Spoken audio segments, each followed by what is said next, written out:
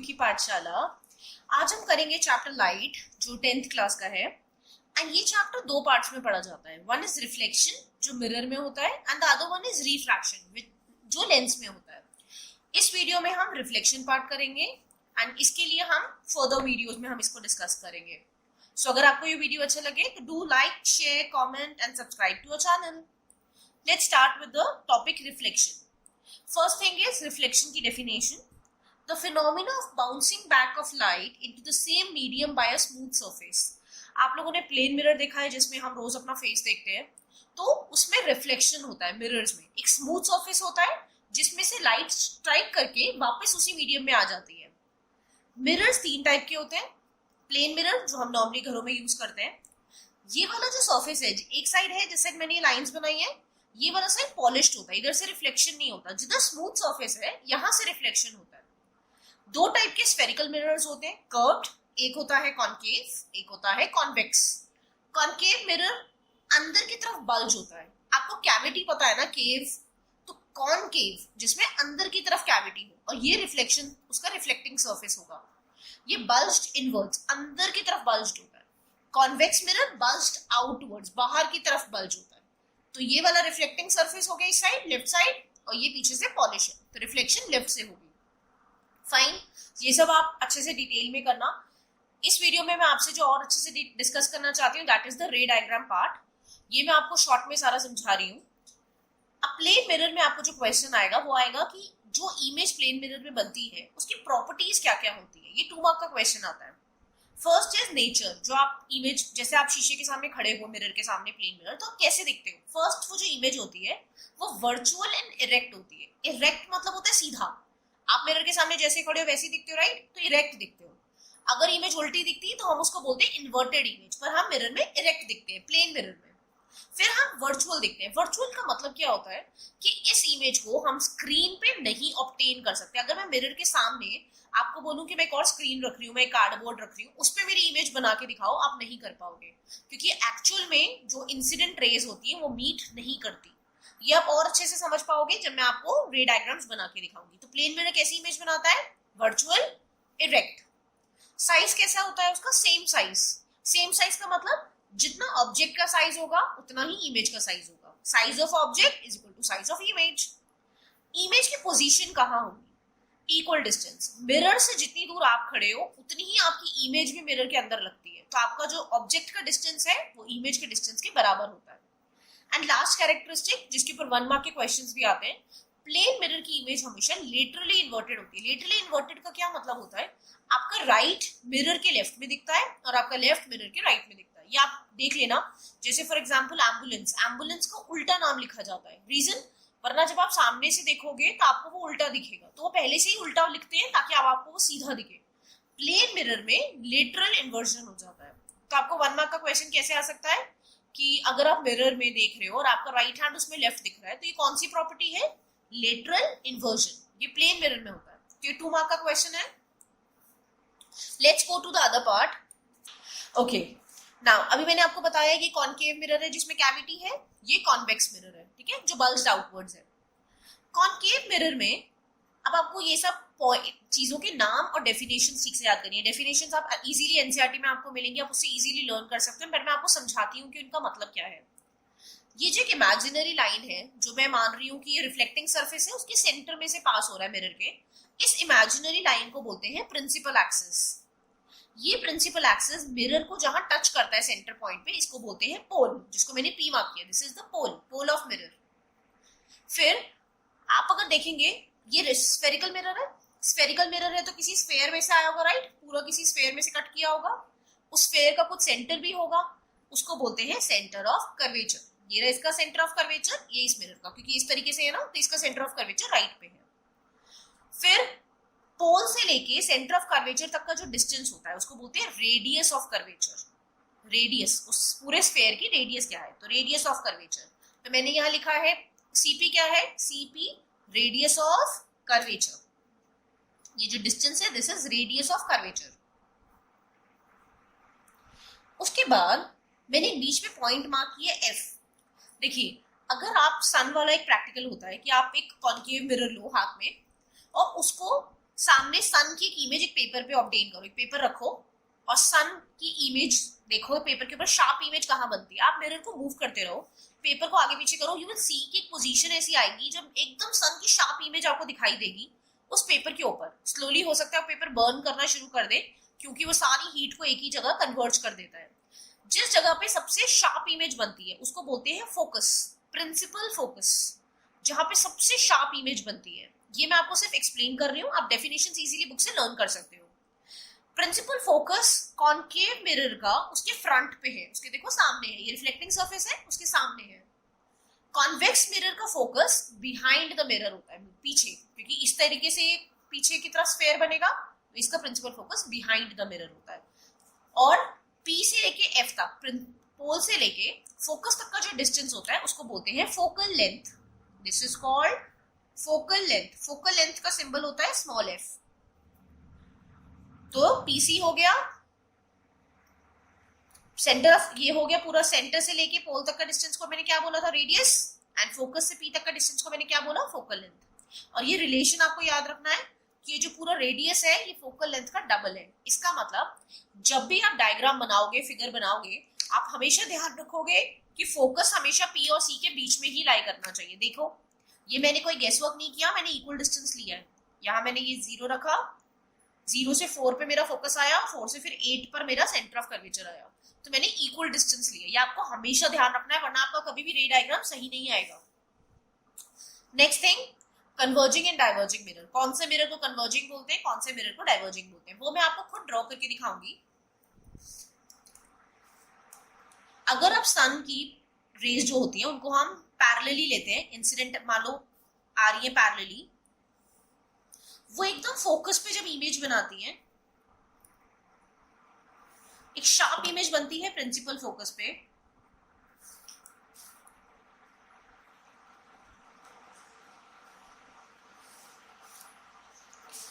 देखिए जहां पे ये जो रे आ रही थी, मैंने आने का एरो बनाया है, ये है इंसिडेंट रे, और मिरर से टकराने के बाद जो गई this is the reflected ray. और जहां पे रिफ्लेक्टेड रेज मीट करती हैं उसको बोलते हैं कि यहाँ पे इमेज बन गई। तो कहाँ बनी इमेज? फोकस पे। तो कॉनकेव मिरर ने क्या किया कि सारी सन की जो रेज आई थी एक ही पॉइंट पे इकट्ठा कर दिया। तो ये किस तरीके का मिरर हुआ? कॉनकेव मिरर कैसा हुआ? Converging mirror. कन्वर्जिंग क्यों? उसने सारी रेज को एक ही जगह पे कलेक्ट करके कन्वर्ज कर दिया, कॉनकेव मिरर। फिर मैं आपको दिखाती हूँ कि कॉन्वेक्स मिरर डायग्राम कैसे बनता है। मान लो सेम चीज है कि सन की पैरेलल रेज आ रही है, इंसिडेंट हो रही है मिरर के ऊपर, कॉन्वेक्स मिरर के ऊपर। कॉन्वेक्स मिरर का बिहाइंड द मिरर फोकस है, वो हम डॉटेड लाइन से शो करते हैं, क्योंकि वो सिर्फ हम अपने समझने के लिए बनाते हैं। मिरर के बिहाइंड हो रही है ना चीज, मिरर के सामने नहीं, आपको तो दिखेगी नहीं, तो आपको मिरर के पीछे ये फोकस पे बनेगी, और बाहर आपको ऐसा लगेगा कि ये जो रेज हैं ये डाइवर्ज हो रही है।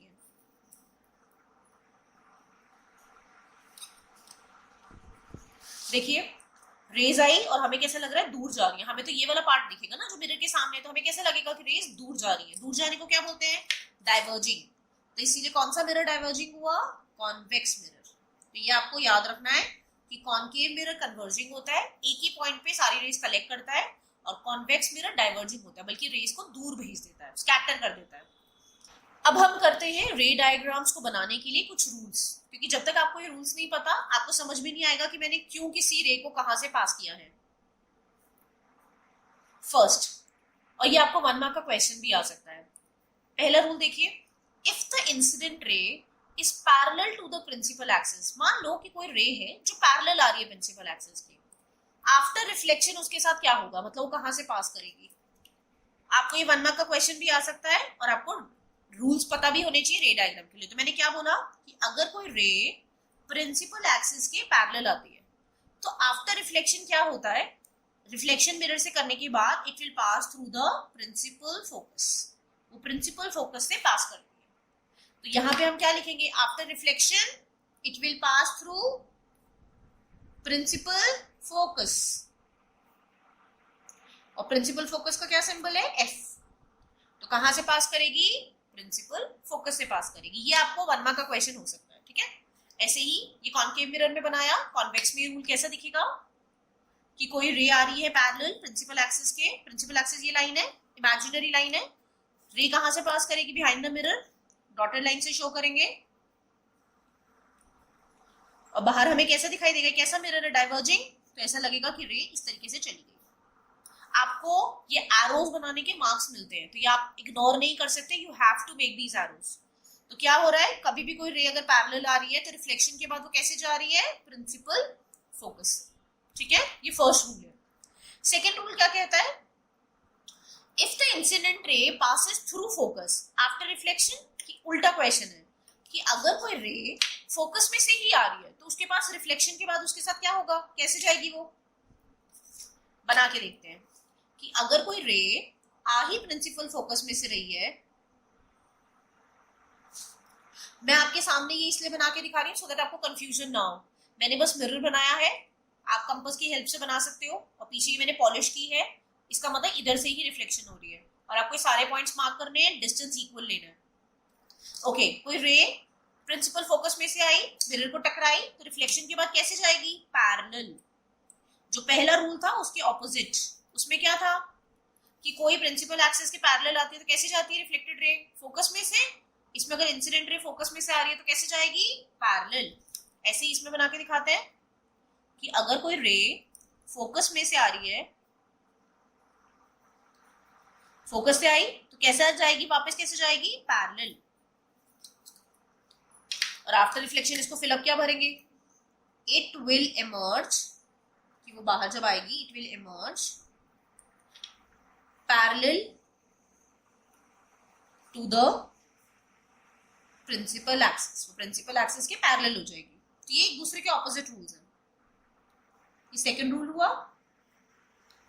Let's move to the third rule. क्या बोल रहे हैं, if an incident ray passes through center of curvature, अगर कोई incident ray centre of curvature से आए तो क्या होगा।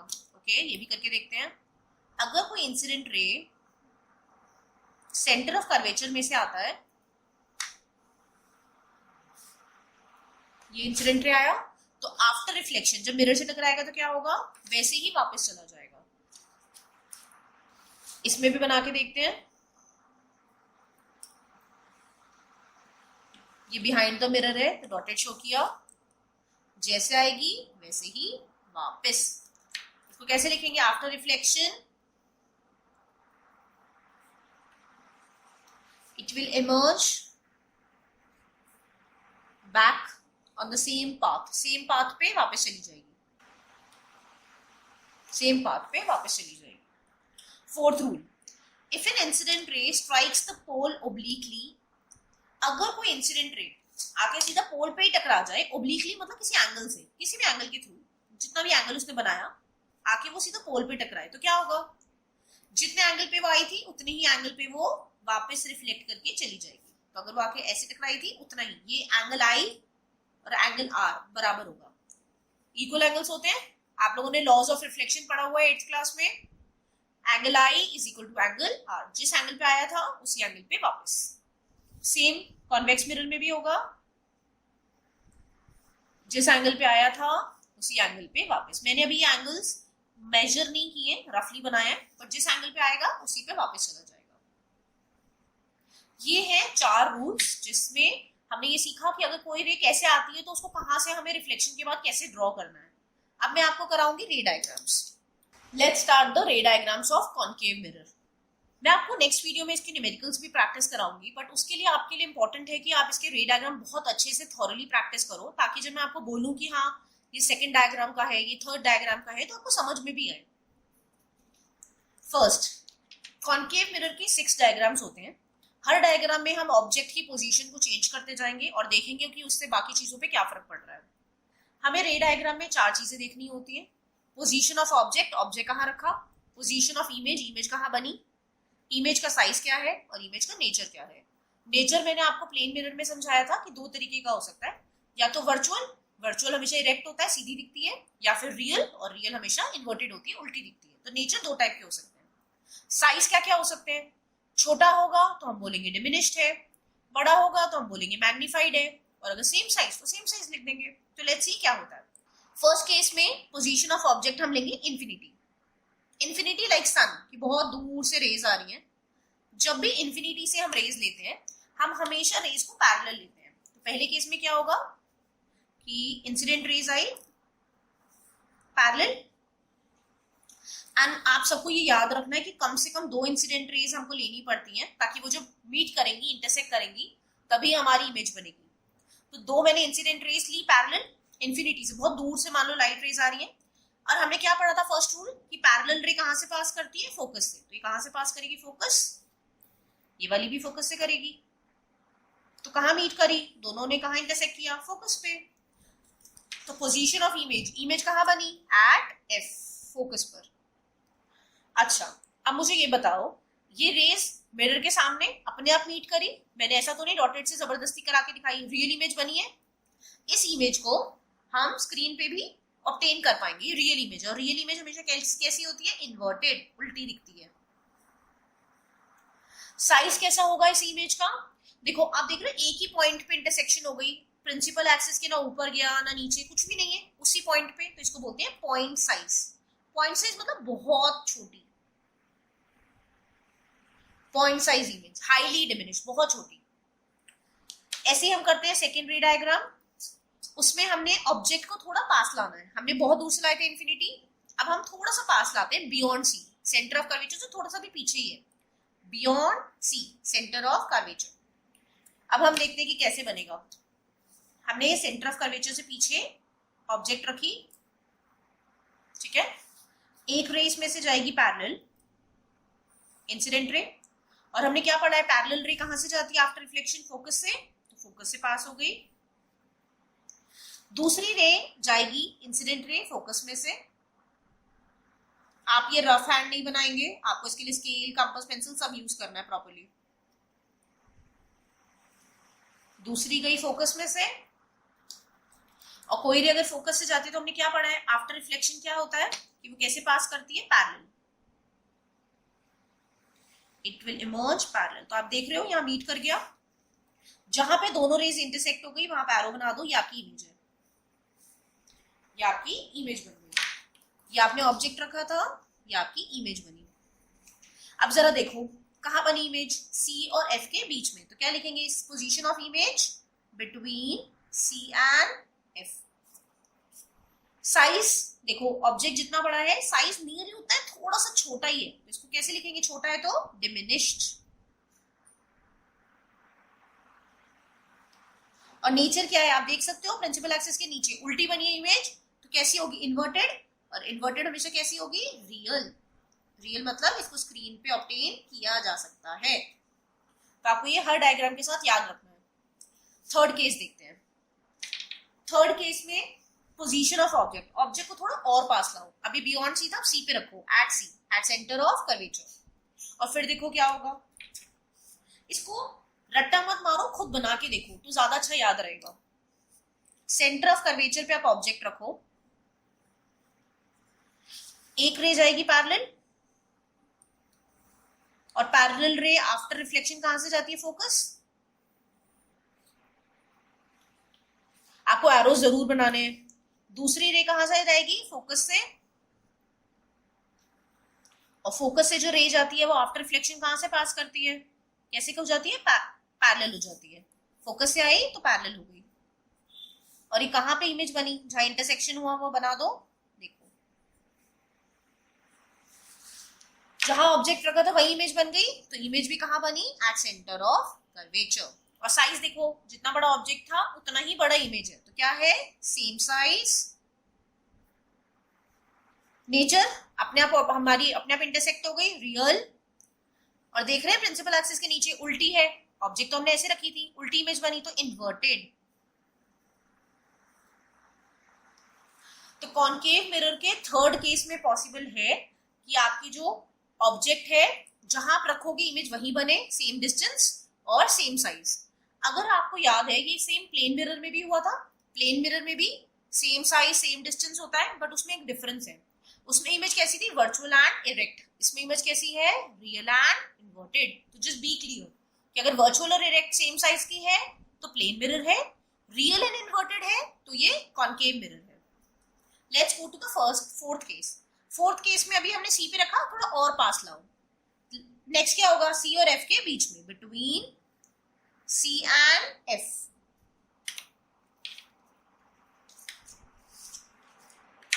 बना के देखते हैं हम सी एंड एफ के बीच में, कहीं भी रख सकते हो, नॉट इन मिडिल, कहीं भी। पहली रे कैसे जाएगी? पैरेलल। पैरेलल रे आफ्टर रिफ्लेक्शन कैसे जाती है? फोकस से। सेकेंड रे कैसे जाएगी? फोकस।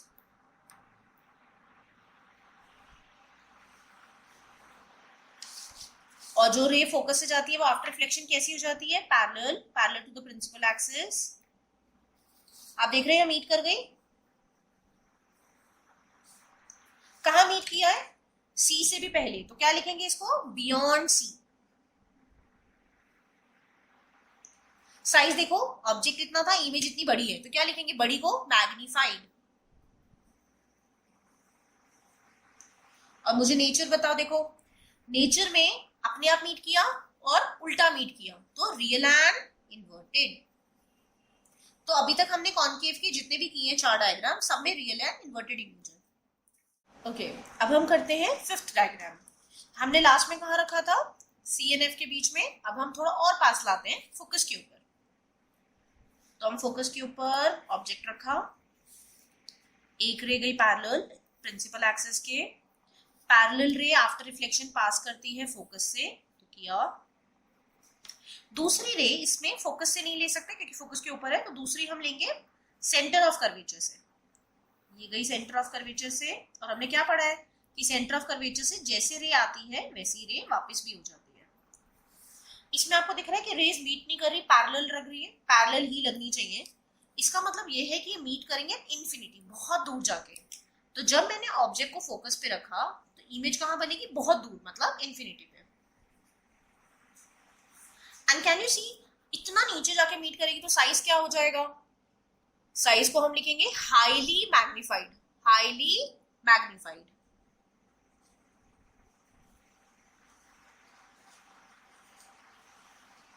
और नीचे की तरफ बनेगी रियल एंड इन्वर्टेड, उल्टी।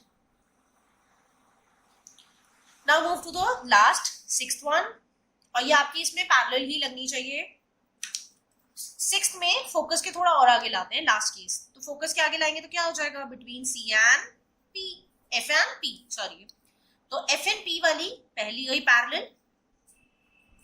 पैरेलल कहां से पास करती है? फोकस से। दूसरी वाली सेंटर ऑफ कर्वेचर।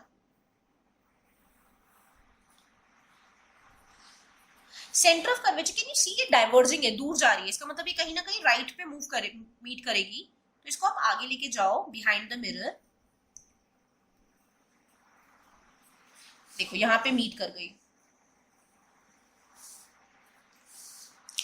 तो 5th लास्ट केस सबसे अलग है। ऑब्जेक्ट हमने रखा था between P and F, image कहां बनी? बिहाइंड द मिरर, मिरर के पीछे। ऐसा किसी और केस में नहीं था। नेचर कैसा है? सीधी दिख रही है, इरेक्ट, और मिरर के पीछे है। हमने डॉटेड लाइन से खुद मीट कराया, हो नहीं रही थी यहाँ पे मीट, तो इसको क्या बोलेंगे? Virtual and erect. Concave mirror के लास्ट वाले पार्ट पे बहुत सारे न्यूमेरिकल्स और क्वेश्चंस पूछे जाते हैं, क्योंकि ये बाकी सबसे बिल्कुल डिफरेंट होता है। बाकी सब रियल एंड इन्वर्टेड थे, लास्ट वाला वर्चुअल एंड इरेक्ट है। एक ही ऐसी इमेज है जो बिहाइंड द मिरर बन रही है, तो you have to memorise this. फिर है कॉनकेव मिरर के यूजेस। देखो कॉनकेव मिरर क्या कर रहा है कि शार्प इमेज दे रहा है फोकस पे, मैग्नीफाई भी दे पा रहा है, पैरेलल रेज भी भेज पा रहा है। इसके बहुत सारे यूजेस हैं। टॉर्च में, हेडलाइट्स ऑफ कार में, डेंटिस्ट यूज करता है। क्यों यूज करेगा डेंटिस्ट? क्योंकि कैसी इमेज बनती है? मैग्नीफाइड। तो उसको अगर छोटे से टीथ को बड़ा देखना है तो डेंटिस्ट यूज करेगा। तो ये सारे टॉर्च, हेडलाइट, डेंटिस्ट, ये सब इसके यूजेस हैं। आपको ऐसे बहुत सारे यूजेस मिल जाएंगे, बट आपको एटलीस्ट 3-4 तो याद रखने पड़ेंगे। अब हम जाएंगे कॉन्वेक्स मिरर पे। कॉन्वेक्स मिरर के सिर्फ 2 ही रे डायग्राम्स हैं। अब हम आ गए कॉन्वेक्स मिरर पे। कॉन्वेक्स मिरर बाहर की तरफ आउटवर्ड बल्ज होता है और इसका प्रिंसिपल फोकस और इसका सेंटर कर्वेचर राइट पे होता है। इसके आपको सिर्फ 2 डायग्राम्स करने हैं। पहला, इन्फिनिटी से जब मान लो पैरेलल रेज आ रही हैं बहुत दूर से, और पैरेलल रेज कहां से जाती हैं? फोकस से। कहां से पास करेंगी? फोकस। ये तो बिहाइंड द मिरर हुआ, बाहर से कैसे दिखेगा हमें? हमें लगेगा कि ये डाइवर्ज ऐसे जा रहा है।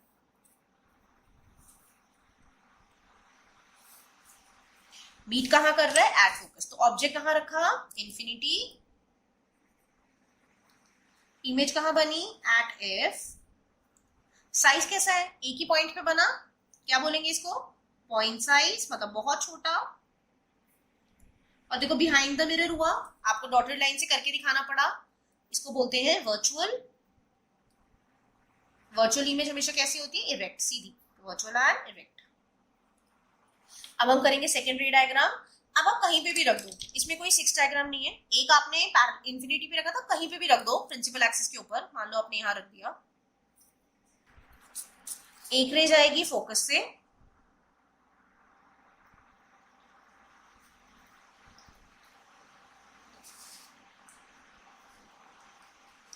एक रे जाएगी पैरेलल। पैरेलल रे पास करती है फोकस से, ठीक है। बाहर से कैसे दिखेगा कि डाइवर्ज हो रही है। दूसरी जाएगी सेंटर ऑफ कर्वेचर से,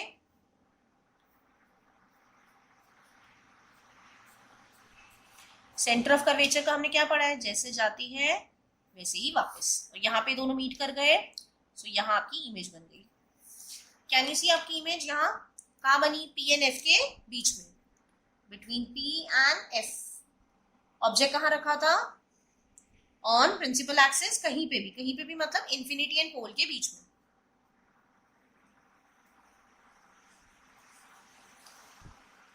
साइज देख रहे हो, छोटा सा ऑब्जेक्ट इतना बड़ा था, तो क्या लिखेंगे इसको? डिमिनिश्ड। कैसी इमेज है? सीधी और मिरर के पीछे, वर्चुअल एंड इरेक्ट। इसका मतलब कॉन्वेक्स मिरर हमेशा कैसी इमेज बनाता है? छोटी, डिमिनिश्ड, और हमेशा वर्चुअल एंड इरेक्ट, सीधी। इसी रीजन से, क्योंकि वो हमेशा ही छोटी इमेज और सीधी इमेज बनाता है, इसका एक बहुत इंपॉर्टेंट यूज है। एंड यूज में आता है कॉन्वेक्स के रियर व्यू मिरर। आप जो गाड़ी के देखते हो साइड में लगा होता है हर व्हीकल के, उसको बोलते हैं रियर व्यू मिरर, या सामने भी होता है। उसमें हम हमेशा कॉन्वेक्स मिरर ही यूज करते हैं। द रीजन इज क्योंकि वो हमें कैसी इमेज दे सकता है? इरेक्ट, सीधी इमेज दे सकता है, जो हमें चाहिए कि गाड़ियां सीधी दिखे, उल्टी तो नहीं देखना चाहते। तो कॉनकेव तो आप यूज नहीं करोगे कि उल्टी इमेज दिखे। फिर आप क्या चाहते हो? छोटी दिखे, क्योंकि बेटा कार और ये सब तो बहुत बड़े व्हीकल्स है ना, तो हम चाहते हैं छोटा छोटा दिखे, डिमिनिश्ड। प्लेन मिरर यूज करेंगे तो सेम साइज नहीं हो पाएगा, और कॉनकेव यूज करेंगे तो मैग्नीफाई भी कर सकता है। तो इसलिए हम हमेशा क्या यूज करते हैं? रियर व्यू में कॉन्वेक्स मिरर। इरेक्ट दिखती है, डिमिनिश्ड, और क्योंकि ये बाहर की तरफ बल्ज होता है convex mirror, wider field of view, ज्यादा दूर तक दिख पाता है। Wider field of view. इन 3 रीजन से कॉन्वेक्स मिरर को हमेशा रियर व्यू मिरर की तरह यूज किया जाता है। और ये अलग से आपका 2 मार्क का क्वेश्चन हो सकता है कि इसको रियर व्यू मिरर की तरह क्यों यूज करते हैं और कौन सा मिरर यूज करते हैं। तो कॉन्वेक्स करते हैं एंड इन 3 रीजन से करते हैं। हमें सीधा दिखता है, छोटा दिखती है गाड़ी, एंड आपको ज्यादा दूर तक दिखता है, wider field of view. So it's all about reflection and रे डायग्राम्स। नेक्स्ट वीडियो में हम करेंगे इसके numerical part and the refraction part. अगर आपको वीडियो अच्छा लगे तो do like, share, subscribe to our channel and press the bell icon. Thank you.